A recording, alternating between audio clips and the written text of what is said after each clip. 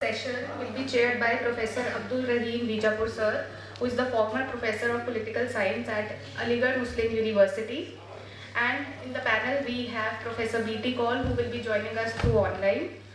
Then we'll have Professor Vijay Kumar Verma and Dr. Sana Salim, Dr. Anwar Sadar, Ms. Bhumika Nanda, who will also join us through online.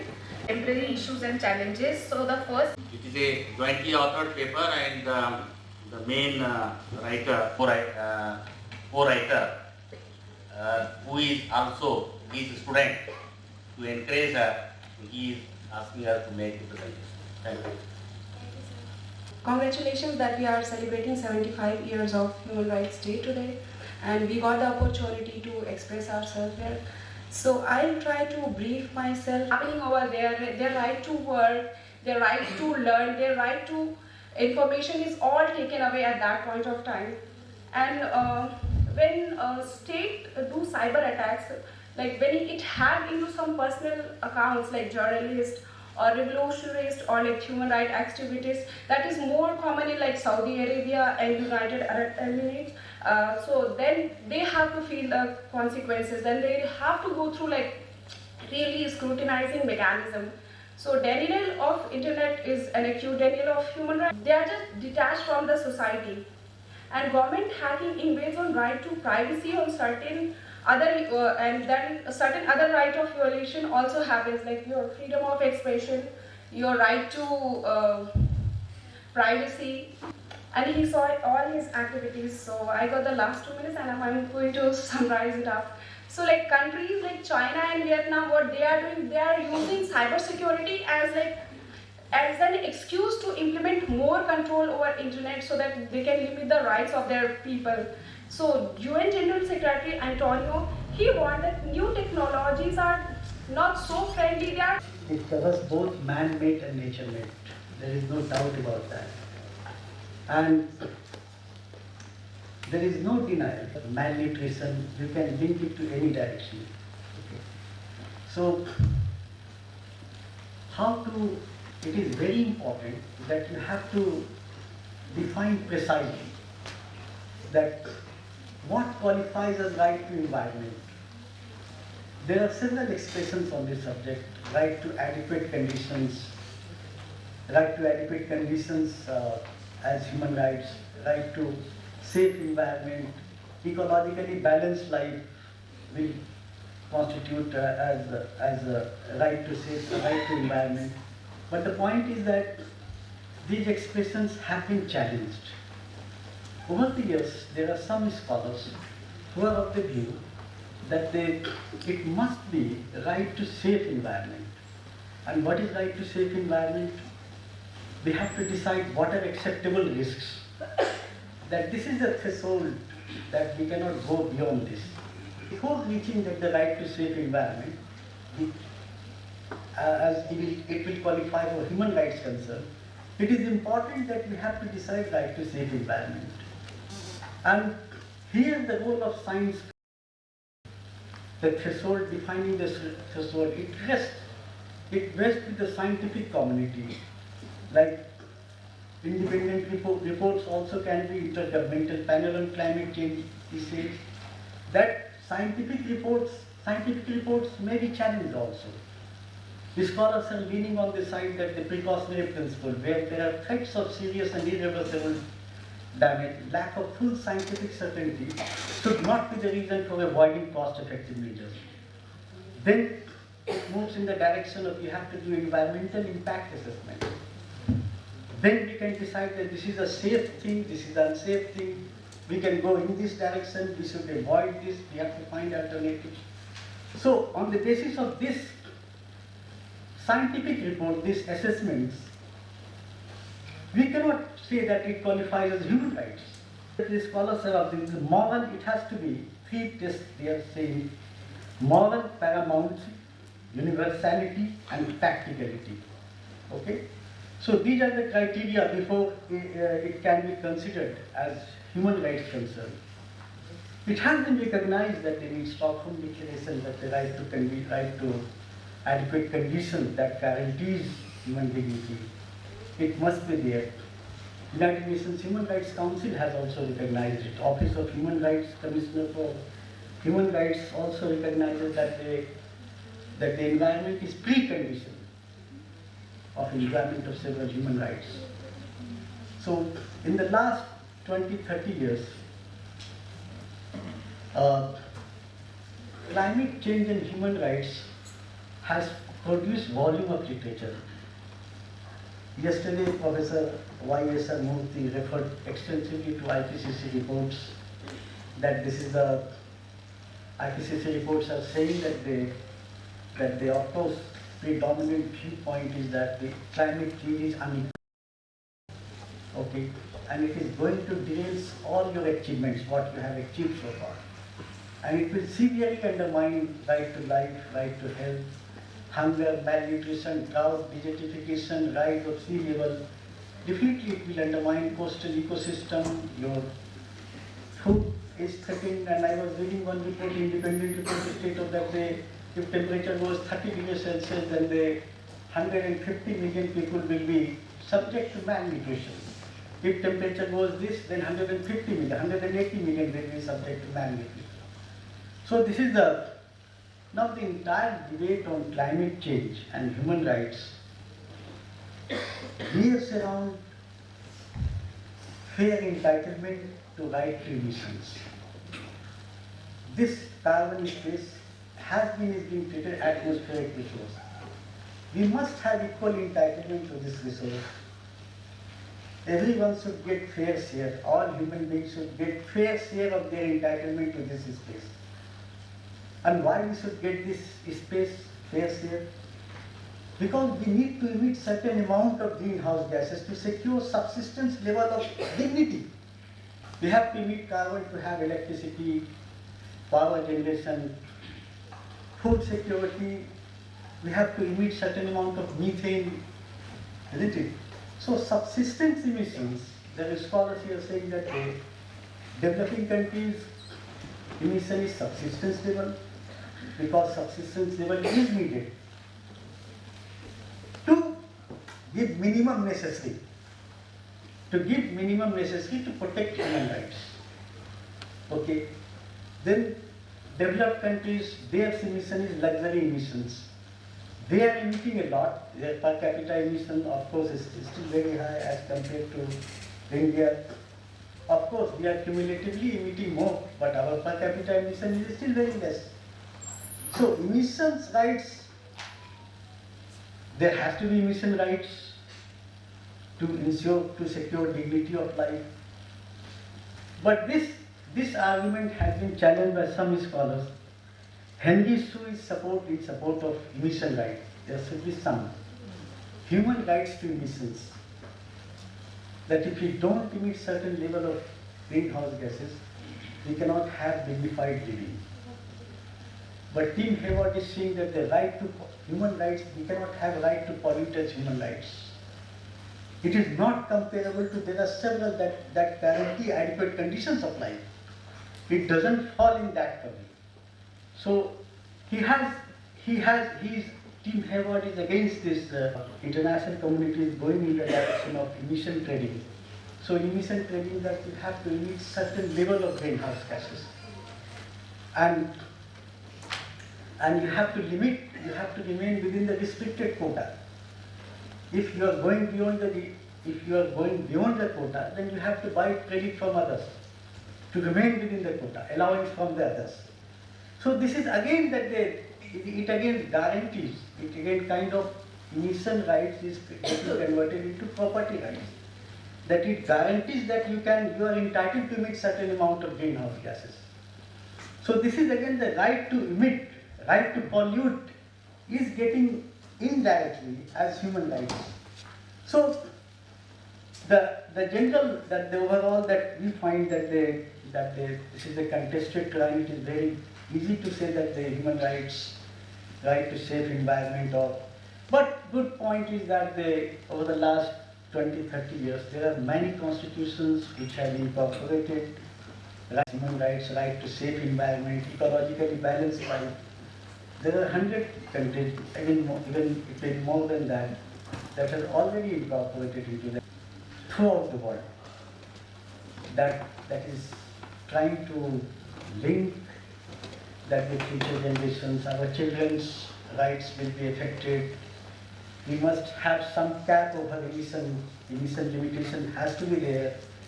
So already cases are there, like Minors of Pusa case that talks about children, that the parents on behalf of the children approach the court and court granted them relief that they know that the forest have to be, that the cutting of rare rainforest have to be stopped. The generational equity angle is getting into litigations in European countries. Gender judgment is there, the famous, that talks of that the intergenerational, that the climate change is, now people are talking about climate emergency.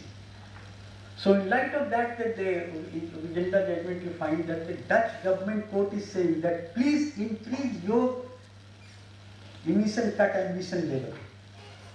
Your emission reduction should be more ambitious. It should be in tune with your fair share. So fair share is one of the criteria that is getting translated into litigation, fair share. Today all the countries are Paris Agreement and there is, so what is the fair share is still contested, and that the negotiations is already going in COP28 that what should be the fair share. So it is still unsettled, and it has been given to the states to decide what will be the fair share. That is called nationally determined contributions, NDC. You decide what will be your fair share. Okay? So that's why I have put my title of my paper, Contested Terrain of Environment Protection as Human Rights Concern. So thank you very much. If there is a question, I will address it. Thank you, Anup Dada, not allowing me to remind you about your time, and thankful to you for this. Now I request the next panelist, Ms. Bhumika Nandaji. She is online. She will be speaking on the protection of human rights, which has completed 30 years of its functioning. She is available online. I think she is making her presentation. Hello. Bhumika ji, please. Good morning. Yes, good morning everyone. I hope you can hear me. Am I audible? Because human rights court could have been a very successful mechanism to provide access to the people at the ground level, where they do not have to approach the higher courts, which may not be very accessible to them. Will it amount to the similar scenario where it has been violation done under the criminal law, just that it has been done by a public servant?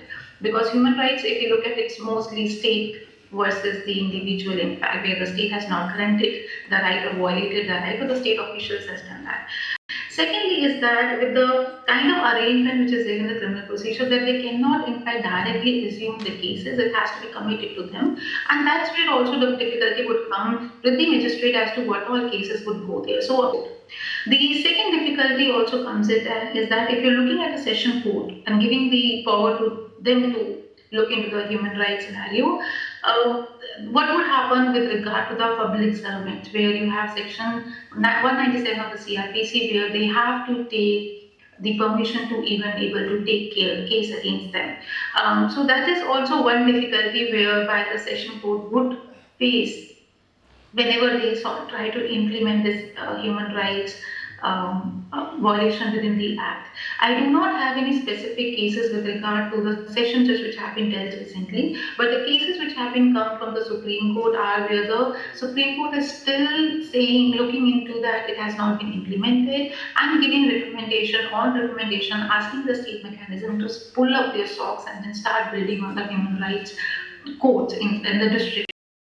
The case of 2015, D.K. Basu case was the state of West Bengal. With a similar thing, they have kind of pointed out, the Supreme Court pointed out the laxity of the state government in not forming the human rights court. Similarly, Shakti Vahini case is there 2018, where again the Supreme Court have looked into that the establishment of human rights court is important.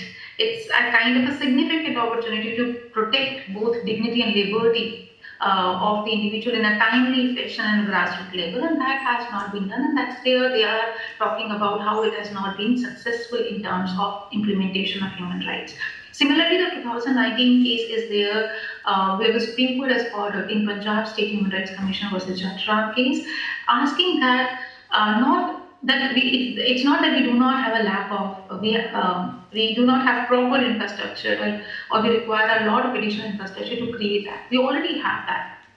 What required is that the clarity with regard to how the compliance of the same has to be done. And once that compliance has been taken care of, the clarity has been taken care of, it is possible that the people might go straight away to those lower courts and try their redressal on a timely basis as approaching the higher courts, which are already burdened with the so many cases in terms of PIL and other. So these cases are in fact letting us that even though human rights being one of the act being one of the opportunity which has been stated by the started by the Indian government in fact, however it is not a complete success. And if I take your guidance to one of the case which is there in the 2023 in fact, where one person filed a case before the High Court of Delhi saying that the Human Rights Court has not been functional properly. If there is no clarity in terms of who will take the case, the court in fact dismissed the petition with regard to on the ground that these Home Department in fact have clarified that the court though has not been set up separately, but the session courts which are already existent has been given a specified charge of taking cases under the human rights.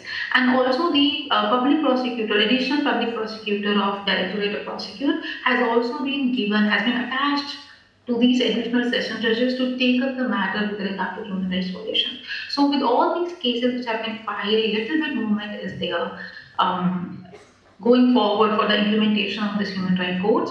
However, the clarity again with regard to what all human rights violation can come within this is something which needs to be looked into so that we are not only constrained with the criminal violations which are there, but also look into the socio-economic violations or the cultural violations which happens in fact by the state or by the state machinery. So if that is taken care of, so the implementation of the international code to which India is committed can be done in a full form. And that's what my submission here in this particular session, because when you compare it from the international perspective, India has done a step forward by having courts, and that step forward would be done in a proper manner only when it has been implemented in that manner. And that, like, if it is fulfilled, I think the Human Rights Code and the Act in India can be taken to be a total success so far as the implementation of human rights at the grassroots level is concerned. So I'm all praiseworthy with regard to how the higher courts have in fact worked into the human rights and developed the jurisprudence with regard to the human rights violations and the rights which people have it, taking it from the constitutional mandate. But I'm also looking forward to have that be done at the grassroots level, so that the matters which may not come, for the national concern or for the national, level to be taken up by the, and that's what we need at this point of time to have this bottoms-up approach. And if we don't have it now, it will be too late, in fact, to put this statute into a complete. For today's presentation, I would be happy if I get some, questions and some recommendation to how to also work on my paper properly. Thank you.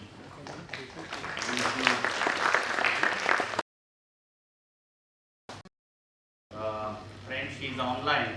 If there are any questions, you can just ask her. Are there any questions? Otherwise, are you willing to be online for another half an hour, Kazi, so that, because the questions will be at the end of the session.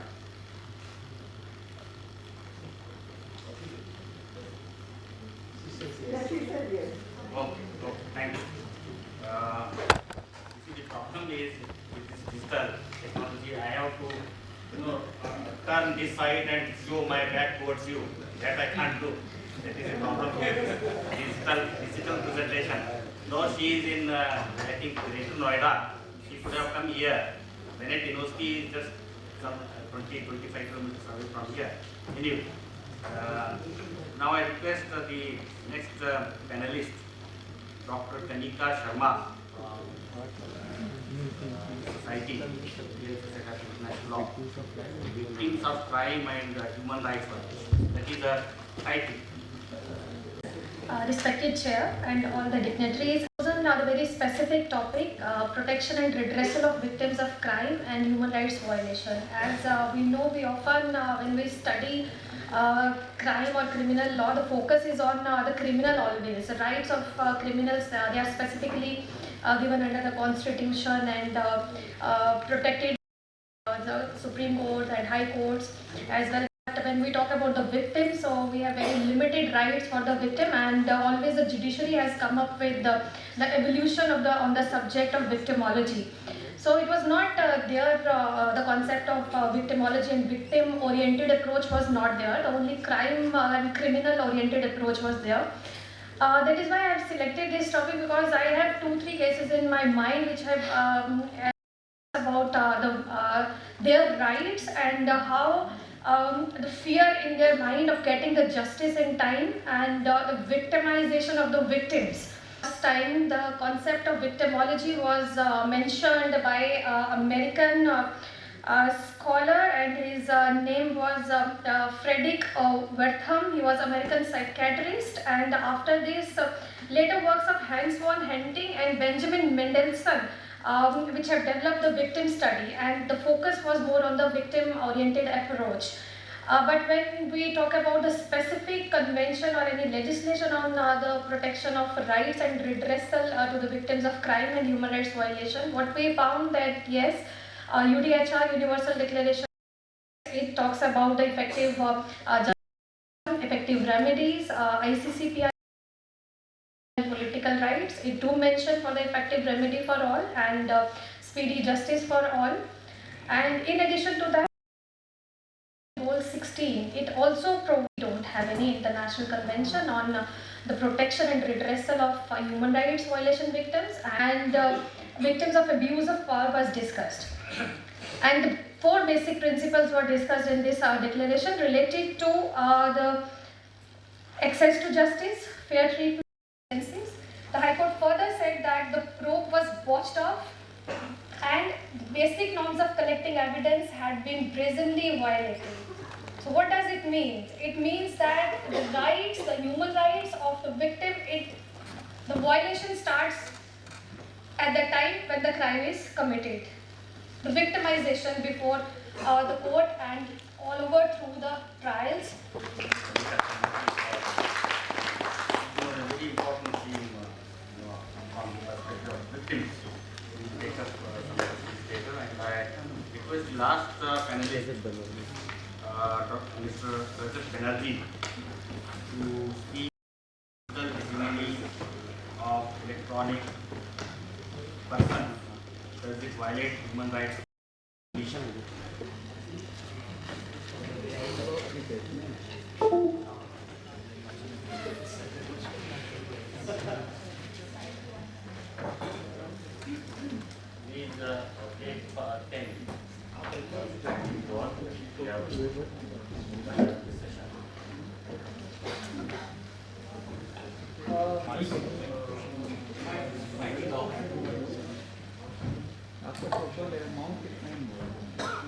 I'm sorry, I did not know that I was not audible.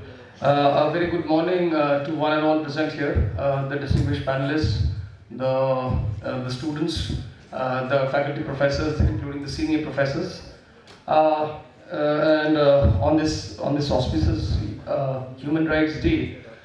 I would like to focus on a very what do I say, a nuanced topic which has been making rounds. Electronic persons, and the fundamental question, the rudimentary question that we are focused right now is whether the rights of electronic persons actually violate the right to recognition of we as normal individual, as normal person. I mean to say we as non-electronic persons. Now, I have a few slides to be not too much, not too many. So if I refer to the electronic persons, that is one of the quintessential questions which is posed to us. So generally, there's a whole gamut of bots, nanobots, artificial intelligence devices, humanoids. So it's too many to say. So they are in terms of contractual obligations, including contractual obligations that are performed internationally. I'm referring to the Electronic Communication Convention. They're termed as electronic agents, but the gamut of electronic persons is quite. There's something that I refer to, and I must make reference to is the Spielberg's movie in 2001.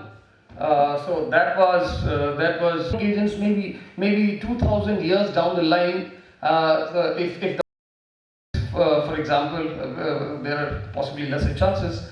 It will be governed purely by. So he had actually created in his storyline. He had created a character called David, and David is a humanoid, and he gets into some affairs. So extending those notions forward, actually the notion which was propounded by Steven Spielberg in his 2001 movie. We have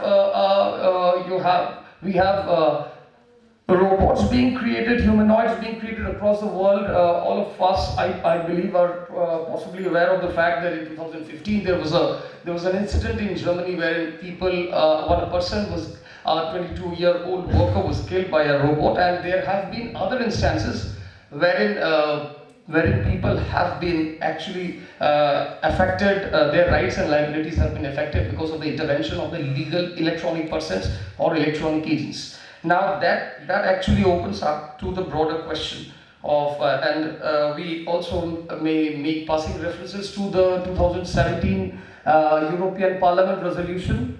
And the European Parliament resolution actually took cognizance of the matter that we are actually in a very, very strange world, of course, and without stifling the voices, the scientific voices, how can an internode be created in which scientific voices are not stifled and rights are protected? So even it has not been, the soft law has not been converted into hard law till date. However, debates are rife as to what shall be the way forward. And throughout the world, there are different discourses and research work which are going on whether to accord jurisprudential status to electronic persons, including humanoids. Now, one of the rudimentary questions facing us is the issue of liability. I also teach IT law in Amity Law School, Noida, and we are driven to we are going to be driven to a society, or we are largely moving towards a society wherein AI shall be driven by AI. We are in the era of ChatGPTs already, and we have other paraphrasing tool which a few people are using.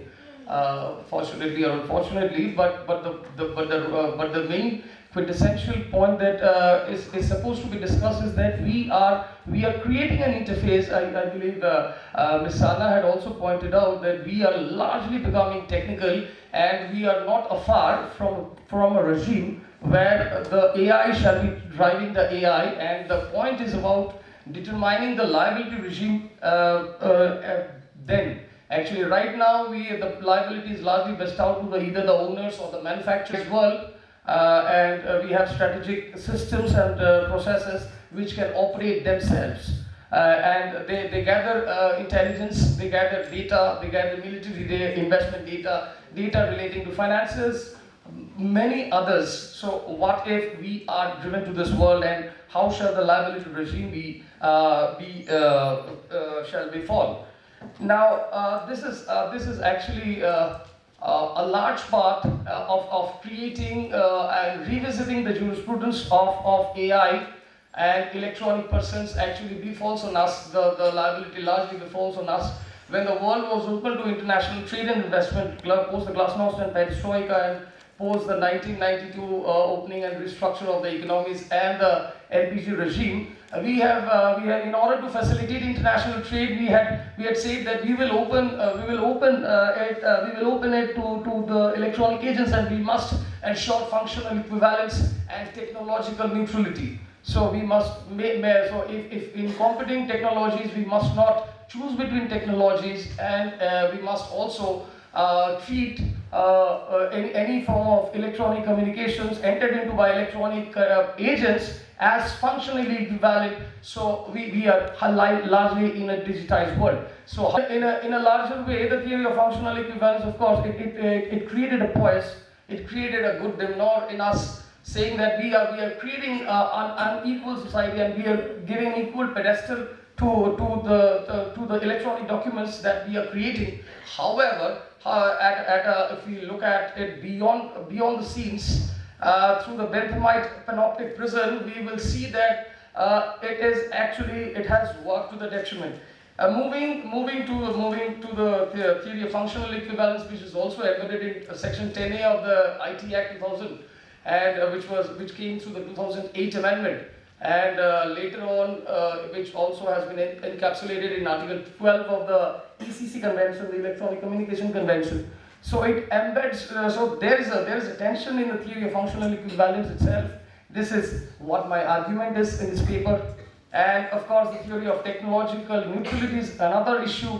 Somehow stumble upon what shall be the discourse the henceforth. So we started with technological determinism. We started thinking that it is technology which shall determine our love, starting from the Industrial Revolution, the Global Revolution 1688, followed by the French Revolution 1789, followed by so many incidents, and we gave technology the space, and technological determinism started, and then came the age of technological neutrality, followed by technological singularity. And right now we are possibly in the threshold of an age where we are actually the world is leading to a digital hegemony. Right now, I believe we are moving in a world wherein the digital persons have the hegemony capacity. Now, to wind up, because our honorable chairman has accorded me only 10 minutes, so I must not proceed beyond that, and I believe I am already at 9.